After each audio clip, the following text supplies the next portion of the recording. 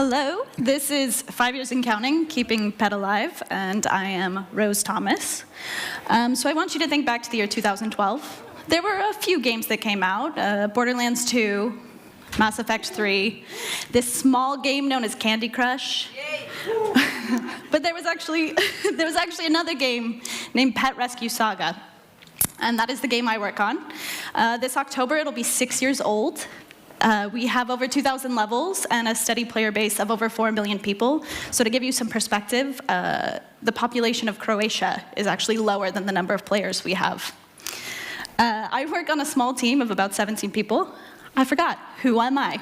I'm Rose Thomas. I'm a level designer at King Malma in the south of Sweden. Spoiler alert, this talk is going to be about levels primarily, because that's what I know. I enjoy long walks on the beach, which I don't know why I wrote that, because the Swedish beach is not that tropical. And photoshopping coworkers into movie scenes. It would be scary if you saw how many photos of coworkers I have. So I work on a small team of around 17 people, responsible for maintaining the game, and I work closely with 2 other designers, seen here, in our journey through Middle-earth. And if you look, there's actually an elf behind my shoulder, and that could be one of you, because we are trying to double the team size so that Jamie no longer has to play all 4 hobbits. So real quick, I'm going to go over what is Pet Rescue Saga in case you've never played it. Then I'll go over a typical sprint, and the bulk of this talk will be about actually the levels and the level design process, how we try and keep it fast, how we keep it innovative using groups and conditions, and then in-level features. So, this is a typical level in Pet Rescue. This is what it looks like when you see it on Facebook. As you can see, there's colored blocks. Players just click the blocks, they find a pattern, they clear a match. So, gameplay, it's a clicker. You have a rechargeable booster that helps you clear the level, a saga-style progression that is typical from King games. We have 4 modes, Rescue, Score, Hybrid, and Classic. They all revolve around rescuing pets. Imagine that for a game named Pet Rescue. Or clearing all the blocks on screen. We have around 11 boosters and 8 blockers. So what's a typical sprint for us? So for the design team, at least, we work in 2-week sprints. King is an agile company, and so for the first week, it's all done in the design team. So we deliver around 15 levels every 2 weeks in each episode. So each designer designs 5 themselves, and then we get together, we play through them, we provide feedback. And then in the second week, after we've tweaked these levels based on the feedback, we send them to a company in Canada called Playtest, and they have players play through them. They give us some quantitative or qualitative feedback. They'll say things like what made it frustrating, what can they do to improve it. We take that feedback, we then apply it, and then we send it one more time to Playtest to have them do pass testing. So a lot of our end-of-content players have been playing for over 2,000 levels. They are quite good at this game. And so we want to make sure that the levels are difficult enough that they don't burn through an episode in around 10 minutes, but we also don't want them to be impossible to pass. So we really try and iterate and get them at just the right difficulty level. All right, so now the bulk of it, the level design process. So King is a really data-driven company. We do track what motivates our players, what do they want. And so we know on average that King players can cite up to 5 different motivations each for why they play our games. They could be things such as competition, achievement, but 2 that stand out for Pet Rescue Saga is actually to relax and for entertainment. Our players are not trying to get into some 4-hour game that they're going to be deeply immersed in. They just want to play quickly. So we try and keep things fast. We have to make sure the players know their objective early on. They should know what they're supposed to do quickly. But then when they get in the level, we know they should take 2 to 10 seconds to identify a couple of moves.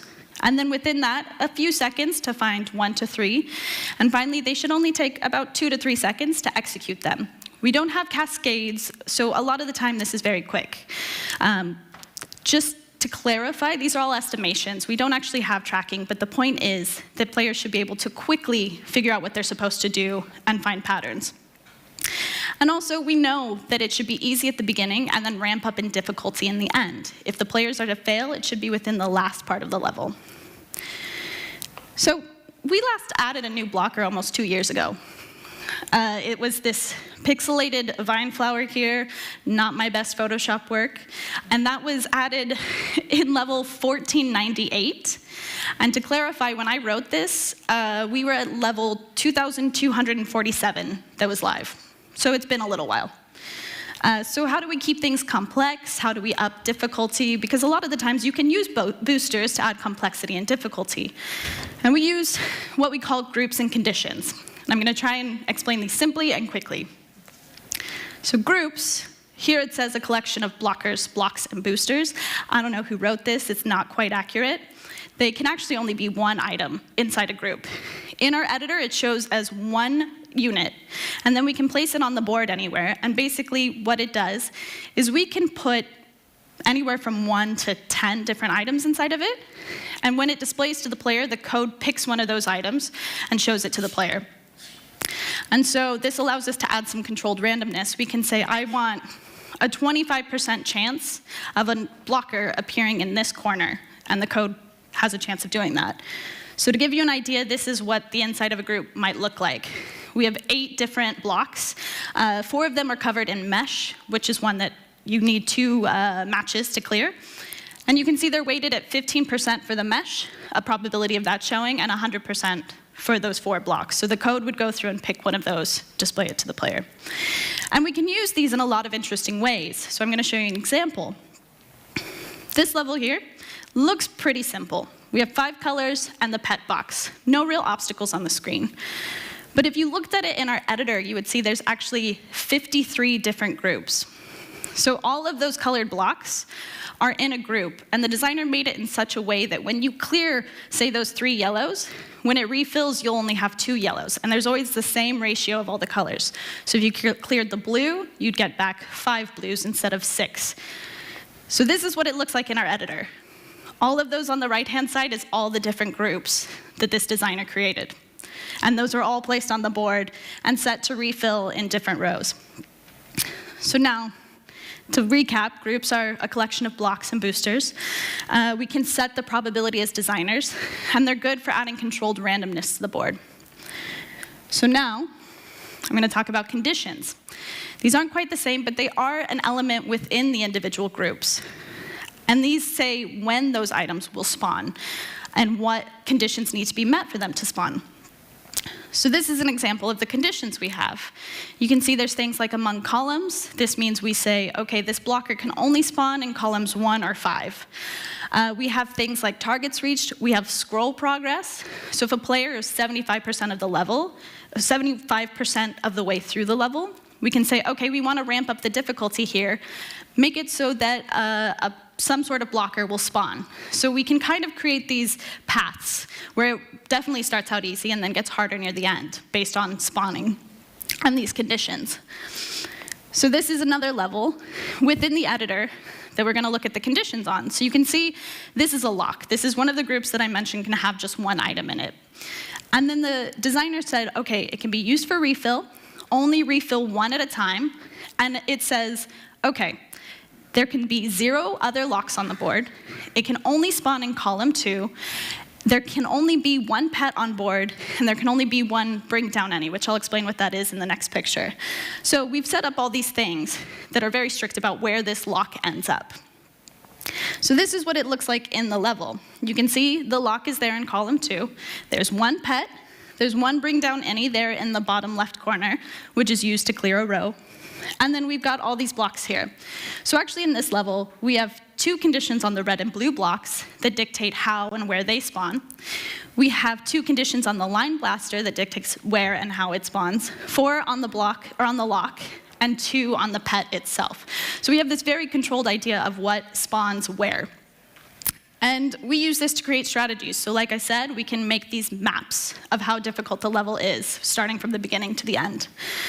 So that is conditions. They're what spawns, when, why kind of situation. Finally, I'm going to talk about in-level features. So one thing that's nice about Malma is we often get to test out new features and try them out. So with this one, Buff Buddies, around a year ago, we had this idea that was, do players get more engaged when they have moments of opportunity? And this was what was proposed to us, so we can, as designers, interpret that however we want. So we kind of said, okay, well, players already have to collect pets, so what if we made those the moments of opportunity?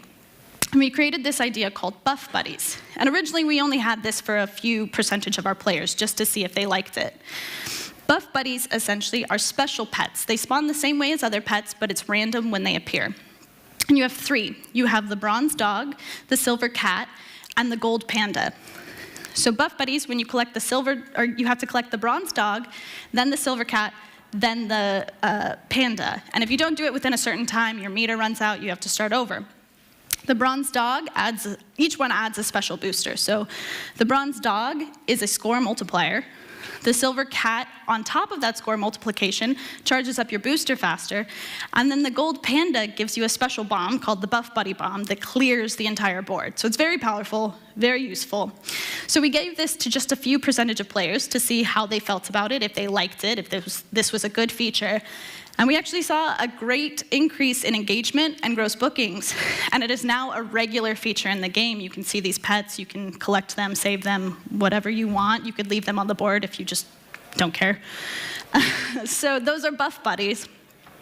And basically, you're all now level designers. You know all my secrets about pet rescue.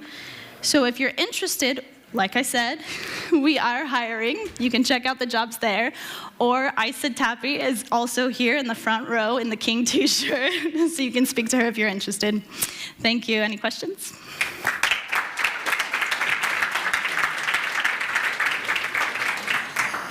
I love the fact you've got a structure around how you're going to build level design, to add new kind of monetization kind of block. I mean, I know the block is an interesting one, isn't it? Because it kind of is the obvious go-to thing, isn't it? Oh, okay, so we know how these things work. We're going to just chuck this thing. And you've just said, hang on, no. Let's actually use the tools we've got, because once you start with a variety, you can expand, can't you? Anyway, there's a question right there. So hopefully the microphone will get to you. Hi, nice talk. Thank you. How quick is your turnaround time on the level testing with the externals and everything? Around a week. Yeah. All right. That's short and sweet. Any other questions? Because I'm genuinely kind of find this fascinating, because the biggest thing for me about creating operational processes, pipelines, and it sounds like that.